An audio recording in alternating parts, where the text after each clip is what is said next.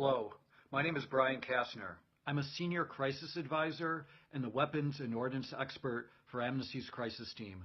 And I just want to spend a few minutes talking to you about the weapons and ordnance that we discovered in the course of our investigation into the violence in Nicaragua.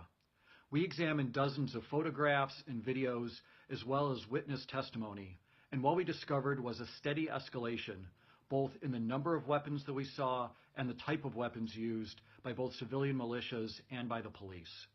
At first, we saw mostly improvised mortars used by both protesters and civilian militias. But then we saw an increase in the number of semi-automatic pistols used by civilian militias, as well as assault rifles, mostly AK series rifles.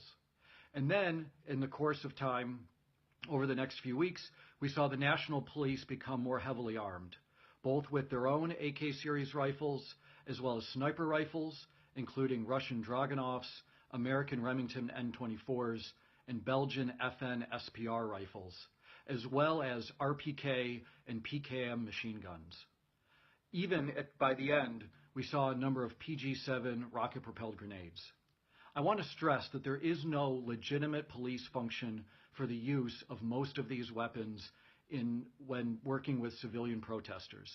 Some of the shotguns that we saw early on in the crisis could be fitted with rubber bullets or could be fitted to fire tear gas, and those would be legitimate. But there is no legitimate use of semi-automatic pistols, especially as they were used being fired into the air or being fired at long distances. Those pistols are only for the self-defense of individual police officers. There's also no way for AK series rifles, sniper rifles, and especially machine guns that only fire automatically, plus rocket-propelled grenades. There's no legitimate use of those in any sort of force against protesters. Thank you.